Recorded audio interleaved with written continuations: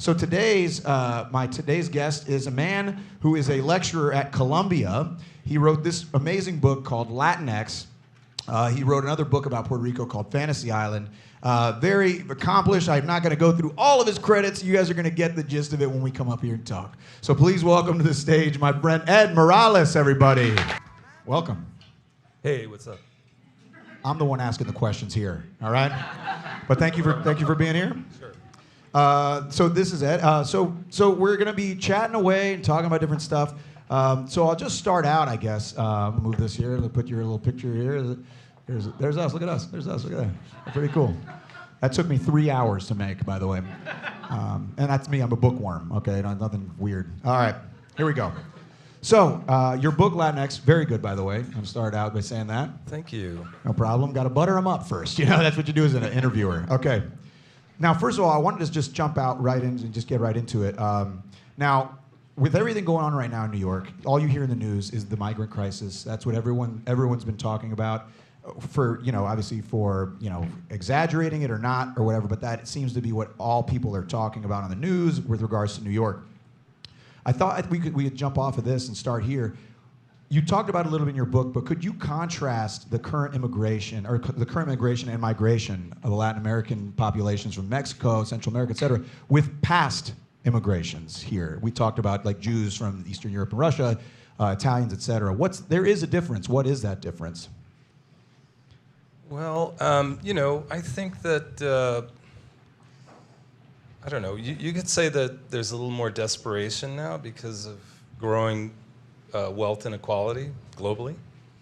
So, I mean, that's probably why you get so many people going through the Darien Pass, right, which is, everybody know what that is? It's like this part of Panama, I guess. Where it's very dangerous and you go through a jungle. And before, people came through more conventional ways, like planes, and they didn't gather at the Mexican border, So, but they were still, in the past, people were still driven by wealth inequality because Latin America its economy has been throttled by the U.S. domination of the hemisphere, and there was more wealth created in the U.S. and there's less wealth in Latin America, so people came, just like they came from other places. I mean, that's why they came from Europe as well. Yeah, and I thought it was interesting in your book how you mentioned and you pointed out the fact that the crises happening in Latin America are very much the result of American policies. Whereas, let's say the Italian immigration in the late 1800s, it was something else. Obviously the Jewish immigration in the late 1800s, early 1900s was also something going on over there. The Irish, et cetera. It wasn't our direct doing. So how does that figure into what's happening now? Do you think that factors into how we treat this immigration, how we perceive it? Yeah, well, people have to remember that a lot of European immigrants were not considered white when they came, like people from Southern Europe and Jews. And so they had to go through there. And Ireland, actually, there's a whole book called How the Irish Became White by, what's his name, George Ignatieff, I think.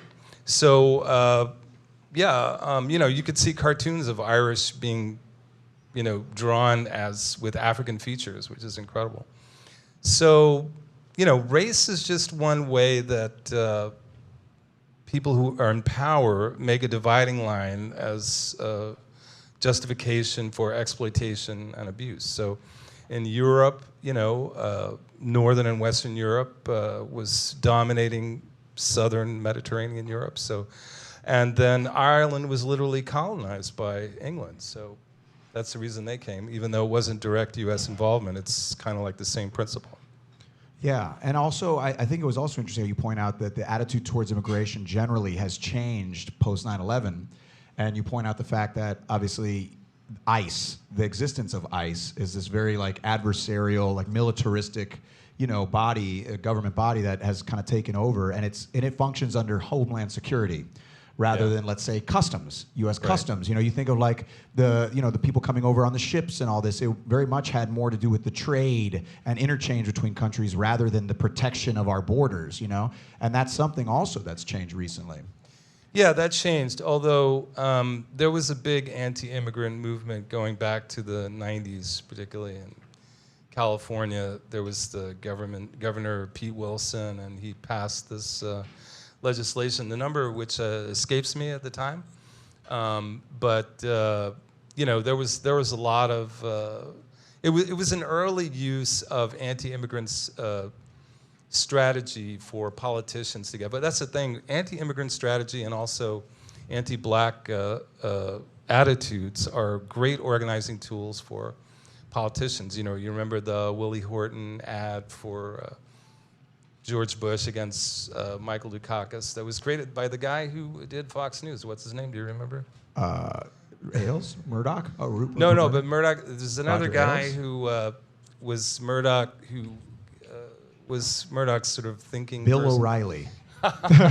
No, he didn't appear on TV shows, but anyway, so there was a lot of anti-immigrant sentiment already. Even in the 80s, there was this U.S. English movement, which wanted to make English the official language of the U.S. So there was a lot of anti-immigrant sentiment then, and then, you know, if you look at West Side Story, you could see there was a lot of anti-Puerto Rican sentiment at the time. But the Department of Homeland Security, what it did was it put all of that on steroids by lumping in people who were trying to cross the border with terrorists and drug traffickers. And that's why you get now, like, you know, the rhetoric from the Republican Party about people coming and bringing drugs and bringing disease, and it's all lumped together. Or also, terrorists. So it sort of codified this stuff and really put it all on steroids. Whereas, you know, in the 80s, the anti-immigrant sentiment was much more on the West Coast, and you didn't see it as much in the East Coast. Although there was this really good documentary that was made called Farmingville in the 90s about anti-immigrant sentiment in eastern Long Island. It's not Farmingdale, it's a town called Farmingville, which is really a cool documentary to see. I don't know how easy it is to get. Anti-immigrant sentiment on Long Island? I don't believe it. Well, these I'm are gonna need to see proof. These are the Trump people, yeah. I mean, Right. that was them. I mean, you could see it. Yeah, sure. So, I mean, before we move on from this, just real quick, I mean, what do you wish more people knew about the actual current migrant crisis, if you call it that?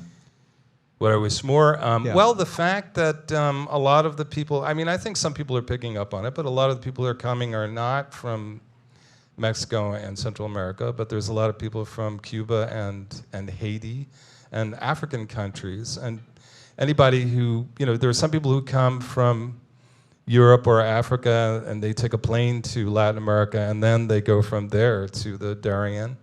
So, but one thing about the Cuban situation is the Cubans have this thing called the Cuban Adjustment Act, which makes it much easier than other immigrants to a path to citizenship. And that's for political reasons, because the U.S. likes the publicity, the public relations aspect of welcoming people from a hardcore socialist country. And this is a good segue into the next part I wanted to talk about. Now, you mentioned in your book, what's interesting, I guess, about LatinX is, and I guess LatinX as a group, is that it is not really a united. You like that, right? It's good. I stood that up. I did that. I just did that right now. What do you think? He's very easy to impress. He's very easy to impress. What's that? The typeface? Yeah, I didn't have anything to do with it. It looks good. It's very simple. Yeah. It looks good. Yeah. So what I liked about the book, though, is that you talk about, I guess, and I thought was interesting is people have referred to the Latin American population, the Latinx community, as a sleeping giant, in the sense that there's so many people. It's a group that's growing so quickly that once this sleeping giant wakes up, it could change politics, right? In theory. But in reality, it's a group that is not united and never has been. And you talk about Cubans, for example, as being a good example, and it hasn't been united because there's so many different countries with so many different circumstances bringing people here. But I thought if you could talk about that a little bit, especially in comparison to like the African American community here, that is more united, obviously discriminated against, but they've been united under terrible circumstances and are able to push and fight on a united front. Well, that's the key. I mean, the circumstances that have oppressed African Americans in the U.S., even though there's slight changes, has been uniform, and it's kind of a uniform experience. And then there's this experience about being African American or black, which is demonstrated by, like this typical story, like, you can be a CEO of a company, and if you're black, and you'll have difficulty like hailing. Well, now there's Uber, but when you hailed a cab, which was an amazingly romantic thing to do, African Americans will tell you that no matter how wealthy you are, the cab won't stop for you, right? So it's this experience that is sort of constant, never stops. People who marry into white families, all this stuff, right? But I think the thing with Latino or Latinx or Latina, some people like Latina. I think Latina is kind of,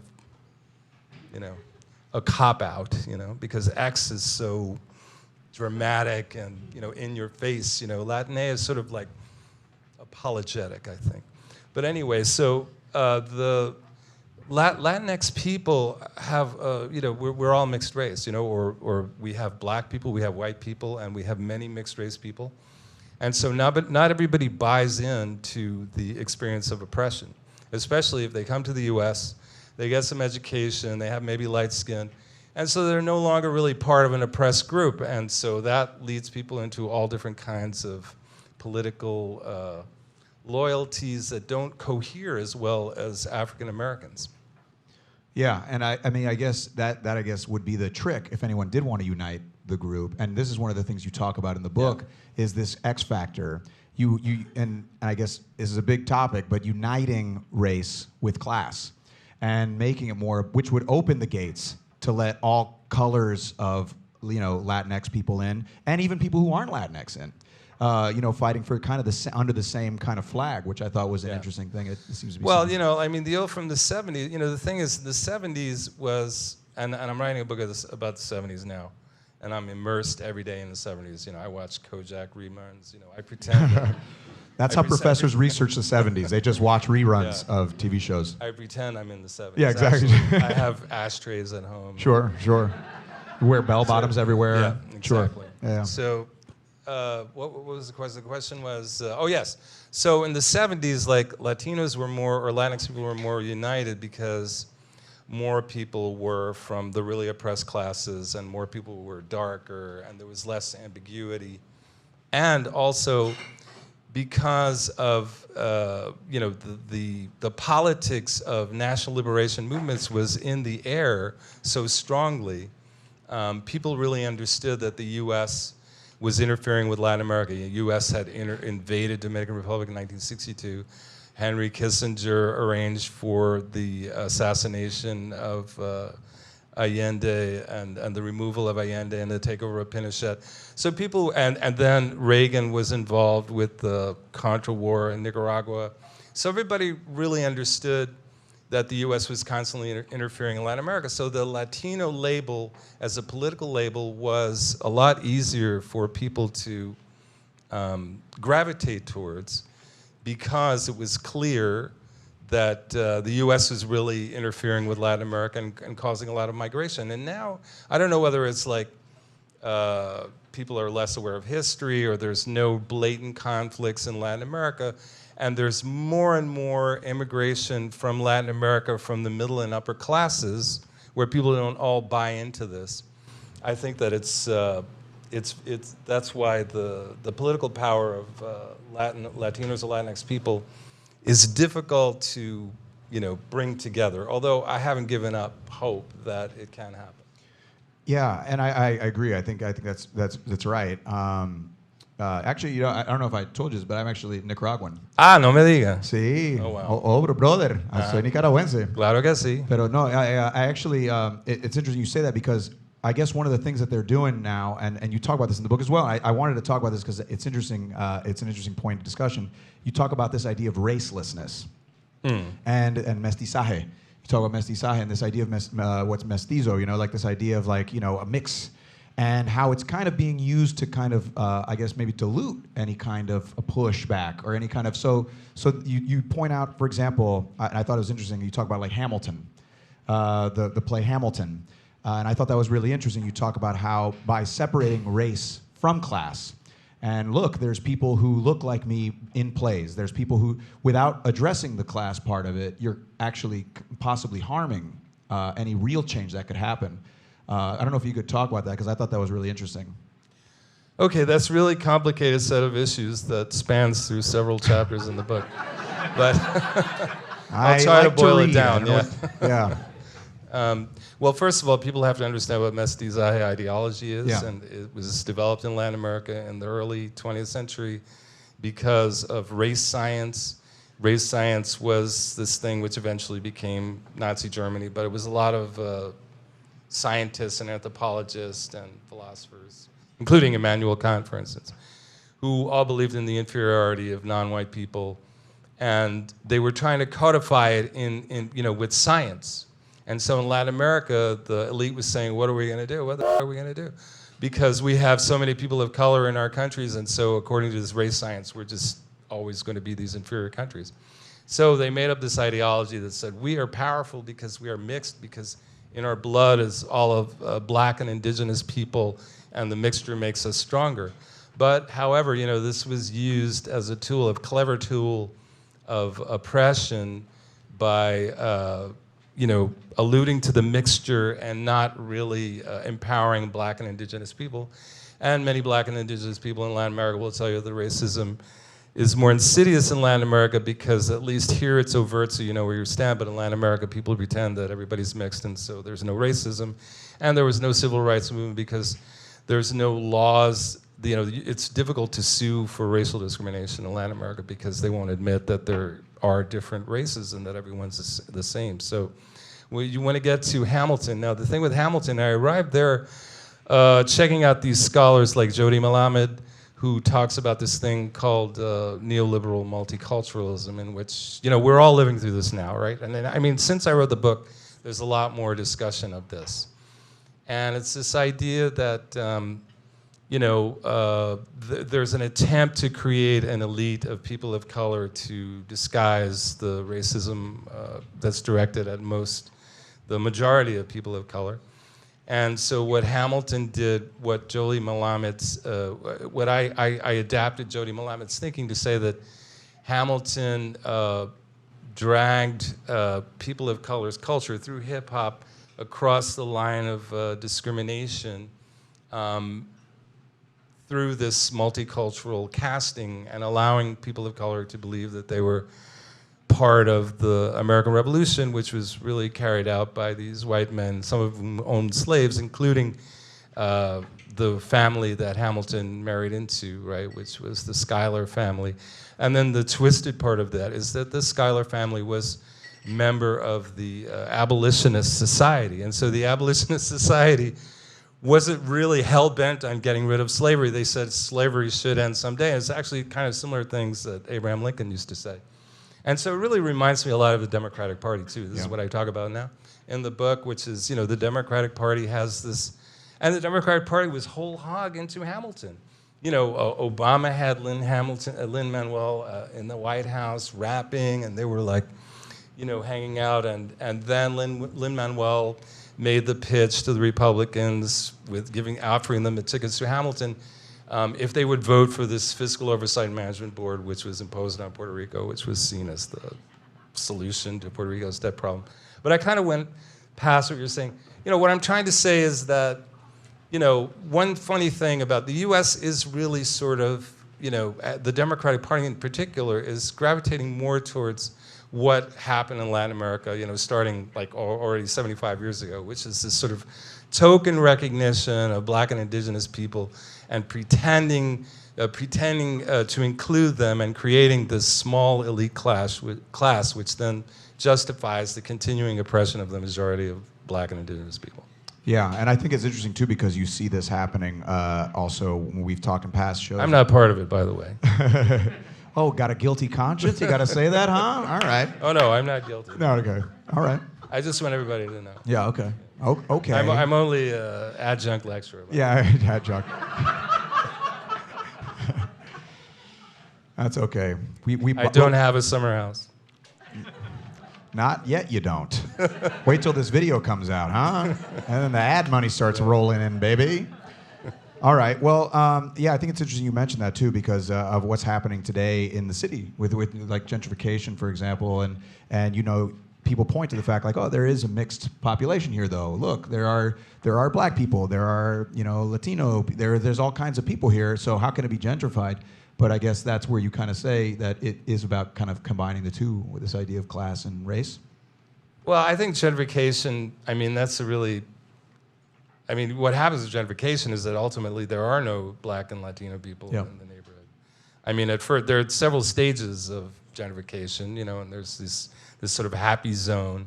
That's what happened, I used to be a spoken word performer at New York Poets Cafe in the early 90s. Yeah. And that's what we lived through. We lived through this thing of all these people coming from NYU and these other places to go to the New York Poets Cafe, which was at the time the Lower East Side. Between B and C, like a lot of people were too scared to go there. And it was very attractive, to people because they thought, oh, this is a happening artist neighborhood. And now, most black and Puerto Rican people are east of Avenue C to D. When I first moved in the early 80s, it was like, Avenue A and B was wild. It was like people were burning, trash cans in the street.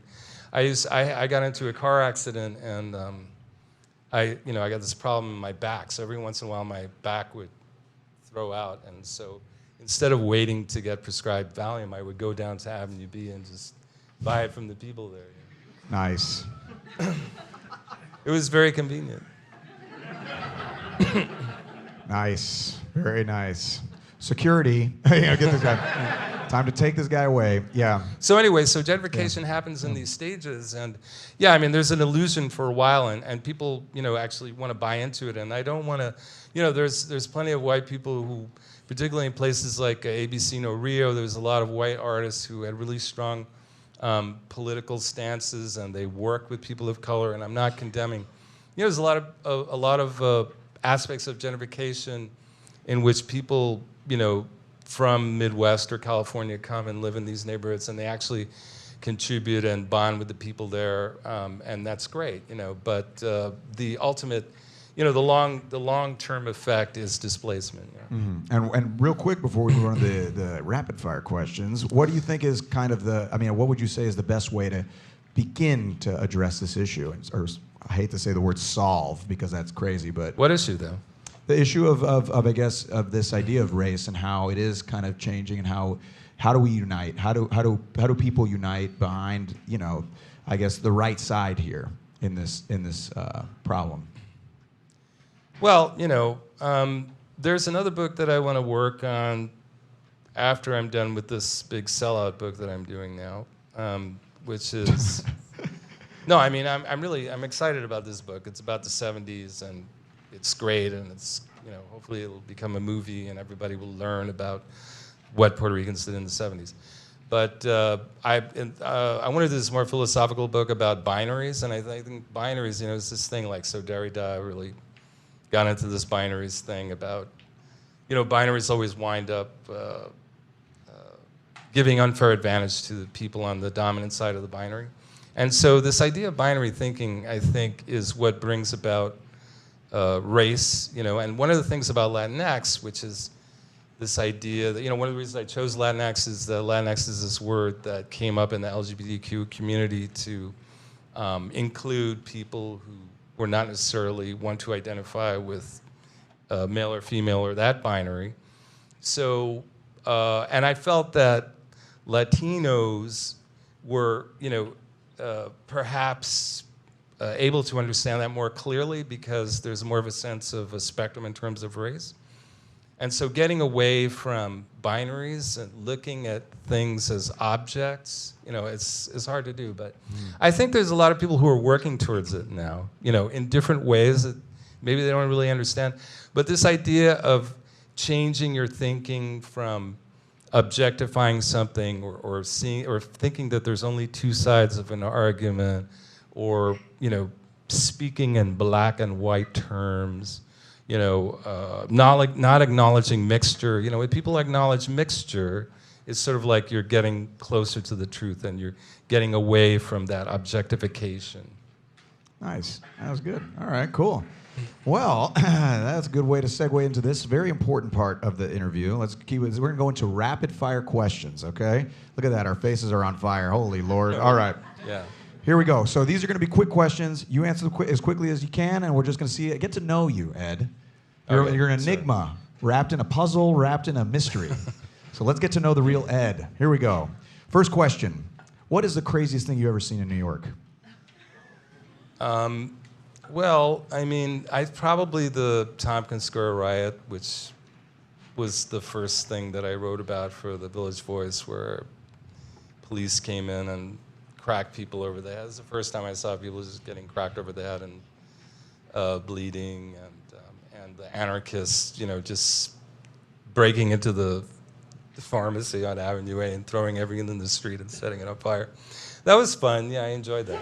But There's going to be police waiting for him outside when we finish this. Save the Robots also is pretty crazy. Yeah. Okay, great. Yeah. We'll just keep it moving. By the way, Yeah. the Tompkins Square riot, you can see video of that online. You can just go and check it out. It was actually kind of documented. But we got to keep moving. That's late 80s. Okay, here we go. What's the one place you've wanted to visit? Always wanted to visit, never been? I think it's probably two,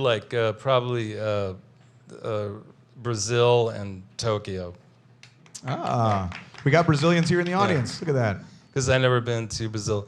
And I find the language really, really fascinating because as a Spanish speaker, I understand it like what's written, and then when people start talking, I have no idea what they're saying. Yeah. Yeah, it's very cool language. You guys want to take Ed with you on your way back? And then also the music, man. The music, yeah, Some of of course. the best. And the people. The Yeah. people are really nice. Yeah. The people are very nice there. Yeah. Okay, we're going to keep this moving. All right, so what's the one book that you would recommend to someone if you wanted to change their life? I know that's a big, tall order, but if you had to pick one book, like this is a life-changing book, what would it be? I don't know. It's so cliche, but 1984, I guess. Yeah, there we go, 1984.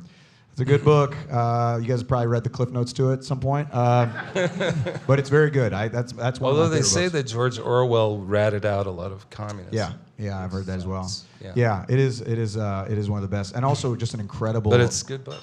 Yeah, and the way it talks about power, Yeah. generally, just what power is and what it's really great. Yeah. Okay, well, we'll keep it on moving. What place do you think defines New York City? Defines New York City? Probably like the fountain in Central Park. No, for me, like when I grew up, it used to be a place where all these Puerto Ricans came and played conga drums, and after the Puerto Rican Day Parade, everybody went there, and we had our own nation there. So, oh, okay. Well, the way you said it was just like, I don't know, dude. Yeah. The fountain at Central Park, I guess. No, but, well, I don't know, but there's a lot of what can you say? There's all over the there's a lot place. of What, places. the Panic in Needle Park, right? Yeah, Panic in Needle Park. Needle Park. That's right, Needle Park, and Yeah. always coming back to drugs. All right. Yeah. Here we go. All right. So, if you were someone to play you in a movie, who would it be? Someone I would play, or someone No, someone would play me? you. I don't know. There was this guy in this Almodovar movie whose people said looked like me, but I don't remember. That's it. You give me kind of a Jimmy There's Smith nobody. vibe. Yeah, people. Maybe Jimmy Smith. Yeah. Actually, one of my friends. I have this John Ortiz. I don't know if you've heard of him, but he was in Silver Linings Playbook and some obscure. He played Willie Colon in the Hector Lavoe movie, and he was also in American Fiction. He was the agent. Did you see that? I did not see that. No. Yeah. I didn't like that movie that much, but. Well, thanks for bringing it up. No, it's an important movie to see, but the okay. premise of it kind of stinks. irritated me. All right. Well, that was going to be my next question. What movie stinks? No, I'm just kidding. No. Okay, here we go. What do you think NYC's slogan should be? NYC? Yeah, New York City. Dirt, grime, and poetry? Dirt, grime, and poetry. Hold on. So let me start snapping there. That's good. It's good with poetry. All right, cool. Great. All right, well, let's keep it moving. What's your favorite food? Again, I guess sushi and pizza, or pizza, sushi. Yeah. Nothing taxes this man. Yeah. I love it, dude. I love it. Okay. Well, but rice and beans, of course. Rice and beans. I had some tonight. That's a given. Yeah, of course you did. Of course you did. I did too, actually. I had rice and beans before I came here. I don't think people understand when you grow up in a Latin American household how much rice and beans you eat. Yeah, I know. Every single meal. Did you have the fried plantains? Oh yeah. Maduro. Okay. Maduro. That's what we call Yeah, them. but I prefer the You prefer tostones. the tostones. All right. Well. Maduro's is sweet. Yeah, that's right. Yeah. That's right. Okay, let's keep it moving. We could talk about food all day. Okay. What's your favorite place in New York City to people watch? Probably. That's a good one. Venice Beach. No, I'm just kidding. Wait in a New minute. York. Huh? In New York. Yeah. Well, I mean, I guess Tompkins Square Park. I mean, I don't know. Yeah, that's a good one. That is a good one. Tompkins Square Park. Yeah, Washington Square is not bad either. Yeah, that is a good one. Okay, great. Well, then we got one, a couple more here. This is a good one. I always like to hear this. What is your earliest childhood memory? I think that going to see the Nutty Professor with my father. Yeah. I mean the original. I was about to say I don't. Yeah. Nice try, Ed. Yeah. He's Yeah. like, what? I'm only 28. What are you talking about? I mean, have you ever watched Jerry Lewis? I have never seen the original. No. But Jerry Lewis is someone you should check I've out. seen Jerry Lewis before. I've just never seen that Nutty Professor. He's really a jerk, but He was a talented. standout comedian. He was a very talented man. That is very true. Had a lot of bad stuff about him off stage, supposedly. But you guys know what Jerry But that Lewis story is? is such an underground. It's the underdog story. Yeah, sure. Nutty Professor is great. Yeah. Okay, one more question, and then we got to get out of here. This is the most important question, Ed, and I'm actually nervous to ask it, to be quite honest. Will you be my friend? Well, of course. Yeah, sure. Oh. That's right. We're going to go hang at the fountain, everybody. Yeah, hang at the fountain. Well, Ed, thank you so much for being here. Thank you so much. That was a great conversation. Really appreciate that. Guys, give it up for Ed Morales, everybody.